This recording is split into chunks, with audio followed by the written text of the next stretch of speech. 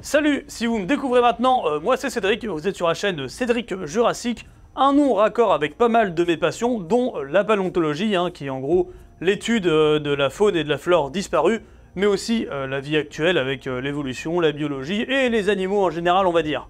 Et là, si vous y connaissez déjà un petit peu, vous avez vu qu'on va parler d'une superstar. Et si jamais vous ne vous y connaissez pas, et bah c'est pas grave, vous allez apprendre des trucs. Et c'est quand même cool d'apprendre des trucs, on est d'accord. Bon bah du coup, c'est parti.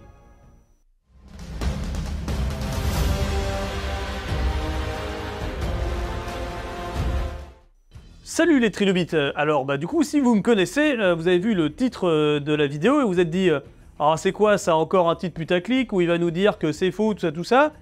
Alors peut-être un peu de ça, mais pour la petite histoire, c'est une vraie question que j'ai posée à Google pour savoir si ça confirmait mon idée, et ça a été le cas. Alors après, maintenant, à voir est-ce que c'est vrai ou pas, et ben on va le voir, c'est l'intérêt de cette vidéo.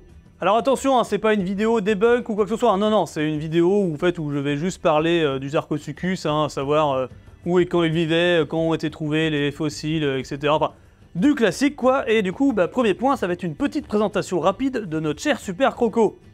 Alors c'est parti, Sarcosuchus de son nom complet, Sarcosuchus imperator, rien que ça, Suchus pour crocodile en grec ancien, et Sarco en l'honneur bien évidemment de ce célèbre écrivain fantastique.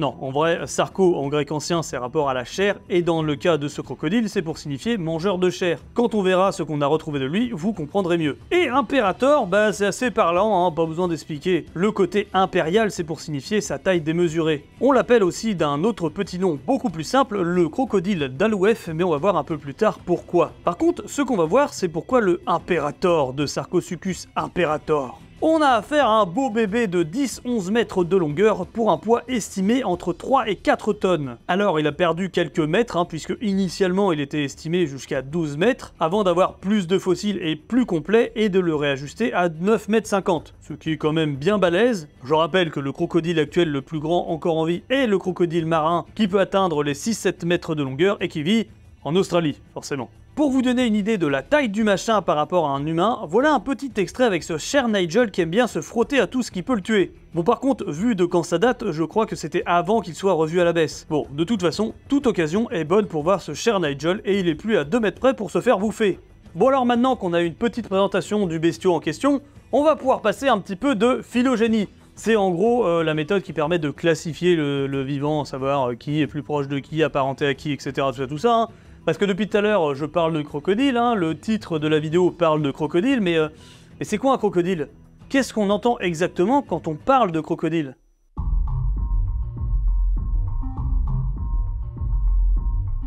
Vous avez l'habitude sur cette chaîne, mais oui, crocodile, ça englobe un bon paquet d'espèces différentes. Des petites, des grandes, des très petites, des très grandes, tout ça. Mais surtout, là, on parle que de crocodiles actuels. Donc ça comprend les crocodiles marins, comme j'ai dit, en Australie, les crocodiles du Nil en Afrique, les caïmans en Amérique du Sud, les alligators en Amérique du Nord, les gavials qui sont situés en Asie, donc voilà. On voit que ça fait un bon paquet d'espèces différentes un peu partout sur le globe. Niveau précision, c'est pas ouf. Et surtout, tous ces animaux font partie d'un groupe plus large qu'on a appelé Crocodilia ou crocodilien en version francisée, sauf que si on remonte plus loin, on voit qu'il existait bien plus de groupes que les actuels survivants. Et si on remonte très loin jusqu'au Mésozoïque, qu'on appelle aussi l'ère des dinosaures, les dinosaures qui sont un groupe frère des crocodiliens apparus au Trias il y a 240 millions d'années, mais plus récemment sous la forme actuelle, donc principalement amphibies, donc je vais pas trop compter les crocodiliens totalement marins et les crocodiliens terrestres qui existaient encore il y a 3000 ans par exemple. Si vous voulez en savoir plus, n'hésitez pas à regarder la vidéo de Professeur Blob sur le Sarcosuchus qui parle un peu plus en détail de l'évolution des crocodiliens. Donc dans ces groupes de reptiles amphibies, on a un groupe qu'on a appelé les Pholidosauridæ, avec une morphologie adaptée au milieu aquatique, des plaques sur le dos, mais surtout un crâne allongé et un museau plutôt fin. Et d'ailleurs, j'en profite pour dire que des fossiles de ce groupe de crocodiles, on en retrouve en France, comme en Charente en 2006 par Bastien Ménécart lors de fouilles systématiques organisées par la fac de Lyon. Bastien, c'est le paléontologue avec qui je suis entré en contact pour la vidéo sur le Discochérix. Voilà, c'était un prétexte pour vous rappeler d'aller voir la vidéo si c'est pas déjà fait. Mais retour à nos crocos en folie, les Pholidosaures. Bref, en tout cas, c'est dans ce groupe-là qu'on a classé ce cher Sarcosuchus, Donc, quand on parle de crocodile, moi le premier, quand je dis que c'est un crocodile... Oui, mais pas apparenté aux crocodiles actuels, parce que les Pholidosaures, même s'ils ont un très joli nom, faut savoir qu'ils ont tous disparu à la fin du Paléogène il y a 23 millions d'années. alors qu'ils étaient apparus au milieu Jurassique il y a 150 millions d'années. Donc oui, en gros, le groupe a survécu à la météorite, tout ça, mais c'est éteint la période d'après. Le grand jeu de la vie. Bon bah vu qu'on parle de période géologique, là ça me paraît une transition parfaite pour aborder un petit peu la découverte des fossiles. Alors, pour remonter au tout début de nos découvertes, il faut aller sur le continent africain, en Afrique du Nord plus exactement, dans l'actuelle Algérie en novembre 1947. Ouais, ça remonte, et si je mets des images de caravanes de chameaux, c'est pas pour rien, c'est parce que c'était les conditions de cette expédition. Expédition qui s'est déroulée dans le Sahara, dans la région du Tidikelt, à côté d'une commune qui porte le nom d'Alouef. Et si vous vous rappelez bien, c'est aussi l'un des noms qu'on a donné à Sarcosuchus. Parce que oui, c'est ici, en 1947, qu'ont été retrouvés les premiers restes de notre super croco, trouvé par l'abbé Albert Félix Cochon de Lapparent, qui était prêtre, paléontologue et géologue français mort en 1975. Prêtre, paléontologue, youtubeur, je crois que j'ai trouvé ma reconversion professionnelle. En même temps, youtubeur et prêtre, on a quelques points communs. Bon, alors, ces restes en question, c'est comme souvent chez les crocodiliens, donc des dents et des ostéodermes en pagaille, mais aussi un morceau de crâne. Tous ces fragments seront envoyés à Paris pour être étudiés par sa nièce là-bas, et c'est en 1960 que le nom de crocodile d'Alouef sera donné. 5 ans plus tard, donc en 1965, on reste en Afrique mais plus centrale puisque c'est au Niger que se poursuit notre histoire. À la demande de géologues en pleine prospection de gisements miniers, et vu qu'il s'agit de géologues du commissariat de l'énergie atomique, je ne pense pas qu'ils étaient là pour trouver des fossiles à la base, mais bon ça arrive souvent, et vu qu'on avait déjà retrouvé des restes pas très loin, c'est logique d'en retrouver à ce nouveau gisement. Et bingo, dans ce gisement de Gadafawa fut retrouvé un bon paquet de fossiles bien conservés, de tortues, de dinosaures et de crocodiliens, dont encore un crâne partiellement préservé. Vous l'avez deviné, c'était encore un crâne de Sarcosuchus, et c'est à partir de cette date en 1966 qu'on lui donna d'ailleurs ce nom, Sarcosuchus imperator, et qu'on le rapprochera de la famille des Pholidiosaures. D'autres restes comme des Sarcosuchus pas encore adultes ont été aussi retrouvés dans ce gisement. Mais le plus impressionnant reste quand même un crâne estimé à peu près 1,70 m de longueur, 90 cm de large d'un côté, pour un museau de 25 cm de l'autre. Du coup, en ayant ces mesures, j'ai voulu me rendre compte de ce que ça pouvait donner par rapport à un humain lambda comme par exemple moi. Donc, j'ai tourné cette petite séquence chez Eldonia, que je remercie d'ailleurs, parce que grâce à ça, vous pouvez vous rendre compte du machin, hein. Et encore, je suis en premier plan, je fais 1,75 m, et je ne sais même pas si le crâne faisait son 1,70 m lui. En tout cas, il est très grand, mais il prendrait un peu trop de place dans mon salon, du coup, je l'ai laissé là-bas.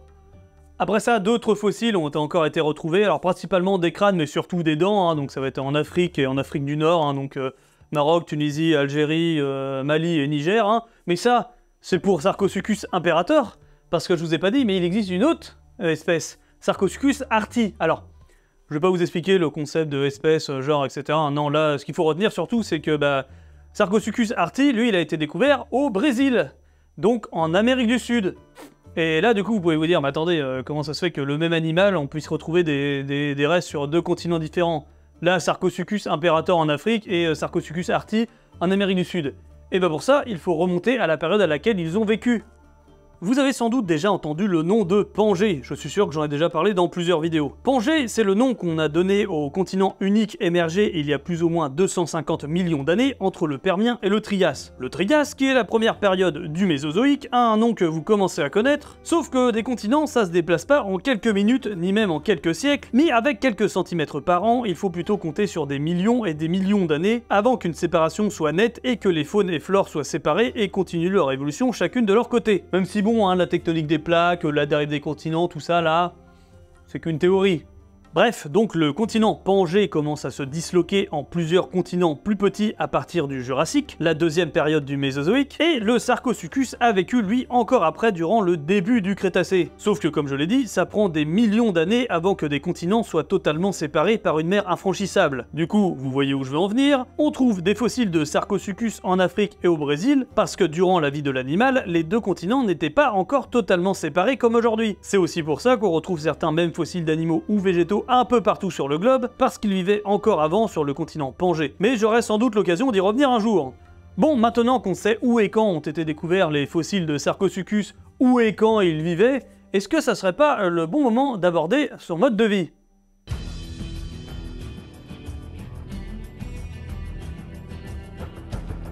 Alors, dernier petit point fossile par contre, c'est dans les années 2000 que le paléontologue américain Paul Sereno et son équipe, parce qu'il n'a pas fait ça tout seul, ont découvert toujours au Niger une demi-douzaine de fossiles de Sarcosuchus, dont celui-ci le plus complet jusqu'à aujourd'hui, avec un crâne nickel, beaucoup de vertèbres, d'ostéodermes, quelques côtes et le bassin. Donc ça, plus ce qu'on avait trouvé avant, ça doit faire une quinzaine d'individus Sarcosuchus différents, avec différents stades de croissance. Bon, c'est pas l'animal sur lequel on a le plus d'individus, mais c'est pas mal du tout. Contrairement à un autre crocodilien pourtant très connu, le Caprosuchus, dont on a seulement le crâne par exemple. Bon alors par contre niveau préservation il est exceptionnel et il nous dit beaucoup de choses sur l'animal de son vivant, mais une quinzaine d'individus, des jeunes comme des adultes et pas seulement des crânes, c'est quand même beaucoup mieux niveau info. Je précise parce que déjà de 1, j'aimerais bien faire une vidéo sur Sarcosuchus un jour pour démystifier un peu tout ça, hein. Et de 2, surtout pour dire que tout ce qu'on sait sur Sarcosuchus, c'est pas basé sur rien, c'est un animal qu'on connaît depuis très longtemps et dont on a beaucoup de matériel fossile. Donc Sarcosuchus, notre bébé de 10 mètres de long, je pense est assez populaire parce que déjà, comme je le dis, on le connaît depuis longtemps et qu'on a pu en voir des reconstitutions comme dans ce documentaire Planète Dinosaure Super Croc sorti en 2011 où il vole carrément la vedette à Spinosaurus. Parce que oui, ces deux monstres vivaient en même temps et au même endroit, c'est dire si les rivières devaient être pas sûres à l'époque, mais on y reviendra d'ailleurs. Mais il est connu aussi parce qu'il a un physique assez atypique. Alors la morphologie générale ressemble beaucoup à tous les autres crocodiliens amphibies, un corps très long, plat, avec des pattes sur les côtés, mais déjà il a une espèce de carapace tout le long du dos avec des espèces de lamelles osseuses plates et régulières, mais surtout son crâne avec les yeux très en hauteur, comme la plupart des animaux amphibies, mais surtout ce très long museau avec un bout plus large et arrondi. Et ça, c'est vraiment la caractéristique des Pholidosaures, avec justement une cavité très particulière à travers ce museau. Encore une fois, ce qui rappelle les actuels Gavials, qui eux aussi ont un museau très long, mais plus fin et une sorte de trou unique tout au bout. Et d'ailleurs, tout comme chez les Gaviaux, on pense que les Sarcosuchus pouvaient comme ça avoir déjà un très bon odorat, ce qui est pratique quand on est un machin de 10 mètres de long mais pas très agile, Pas besoin d'être face à une proie pour la repérer, l'odeur suffit à la localiser. Mais ça pourrait aussi servir pour les vocalises, donc les sons qu'ils produisent. Vu que les crocodiliens actuels, même si on dirait pas, sont plutôt bavards, donc ça serait plutôt logique que de penser que ce soit pareil pour des crocodiliens du Mésozoïque, que ce soit pour des parades amoureuses ou s'occuper de ses petits. Mais attention, à prendre avec des pincettes et à voir avec de futures études. J'en profite d'ailleurs pour vous présenter la personne qui est à l'origine des vidéos que j'utilise là, parce que c'est un artiste que j'ai découvert sur Twitter, enfin sur X,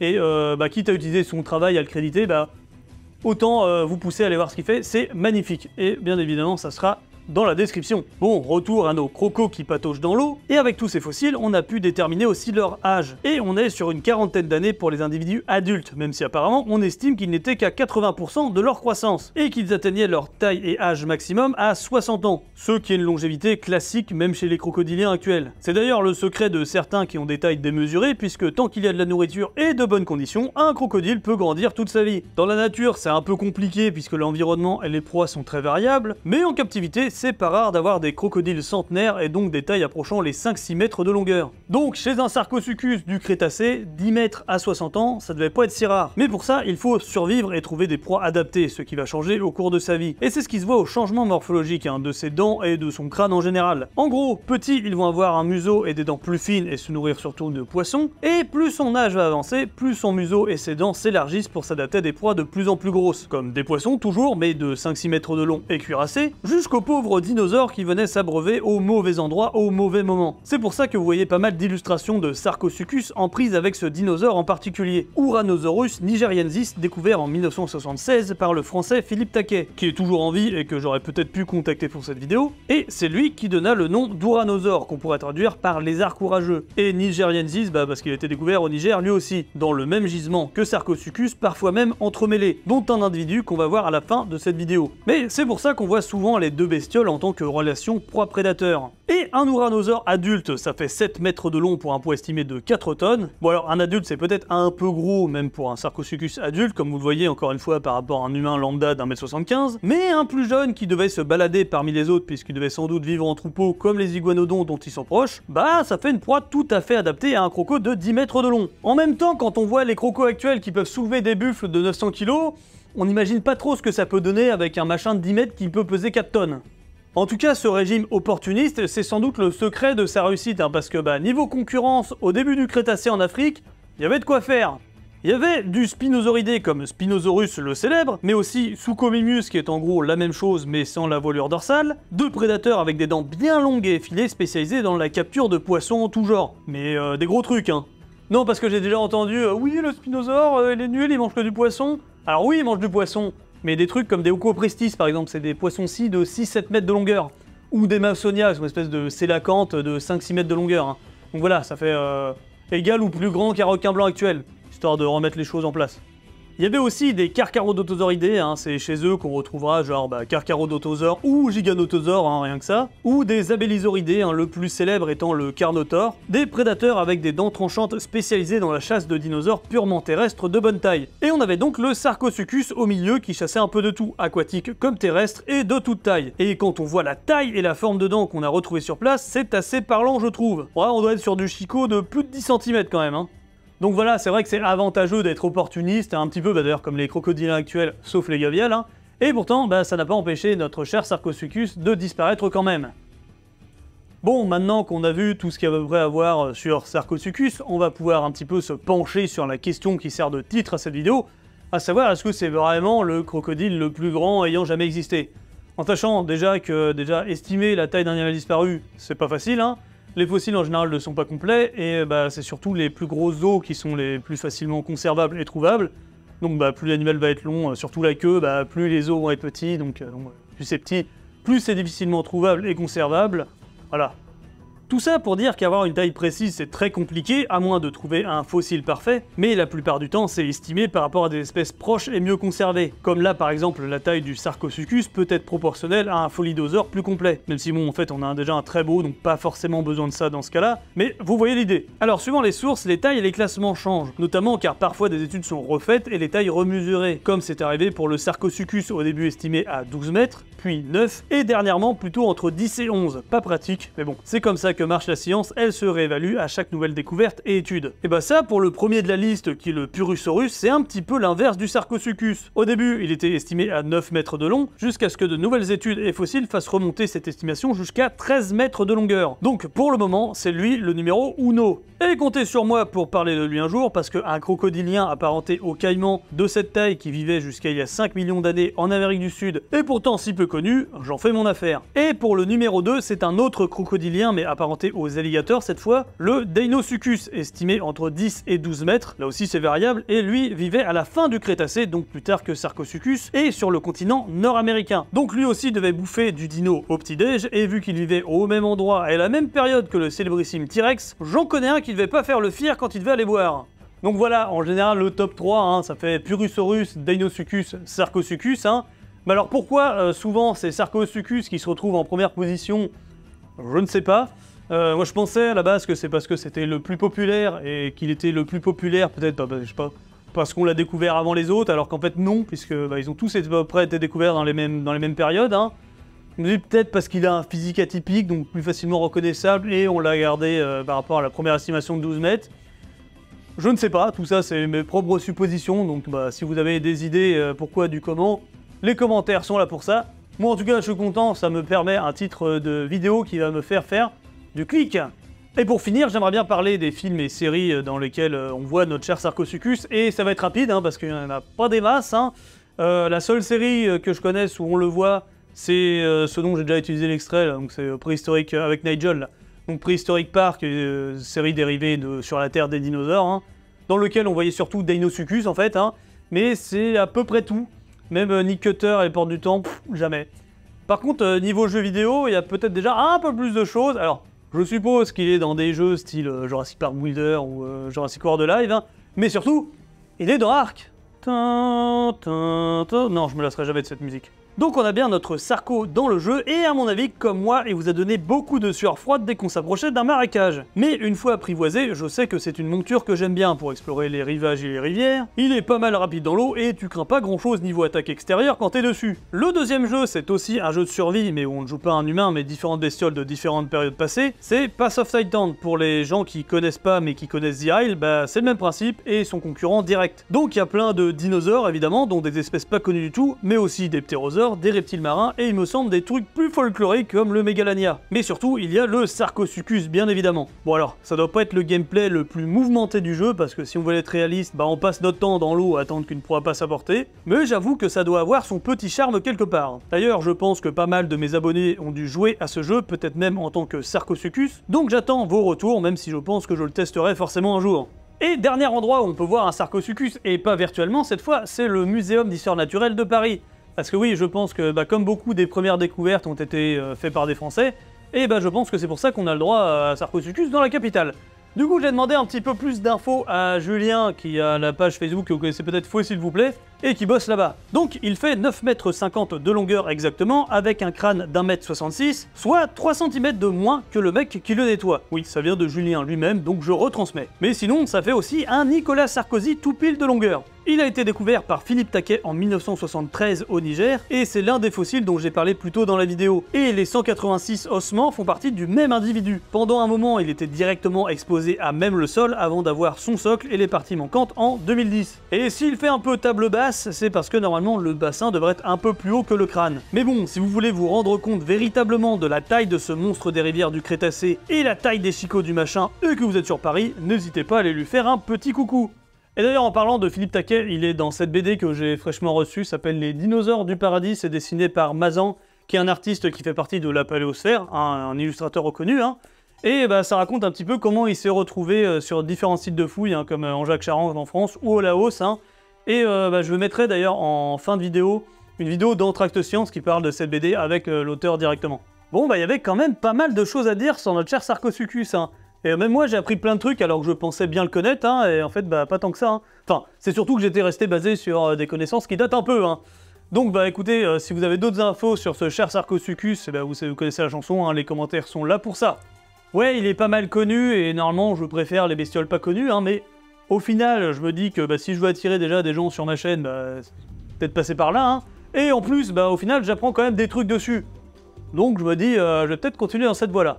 Et pour finir, vous connaissez la chanson, n'hésitez pas, le pouce bleu, le partage, le commentaire, N'hésitez pas aussi à me suivre sur les réseaux pour avoir d'autres infos, comme par exemple les conventions auxquelles je suis invité, parce qu'il va y en avoir pas mal là, et comme je dis plus en vidéo, c'est pas très pratique, Je voulais aussi vous remercier encore une fois d'être là à me soutenir, que ce soit les gens, les commentaires, partage, tout ça, les gens qui me soutiennent sur Tipeee ou d'autres moyens, Écoutez, moi il me reste plus qu'à vous souhaiter une bonne journée, soirée, joyeuse Pâques, joyeux Noël.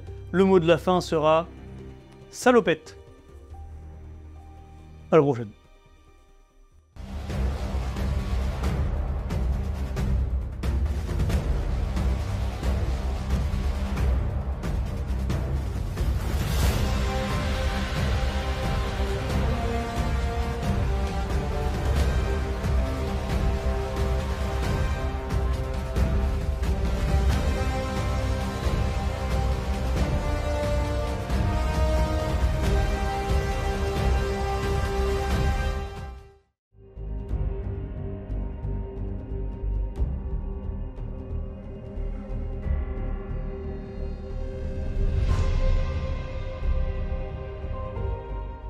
Et comme d'hab, je vais avoir 1 heure de rush pour 20 minutes de vidéo.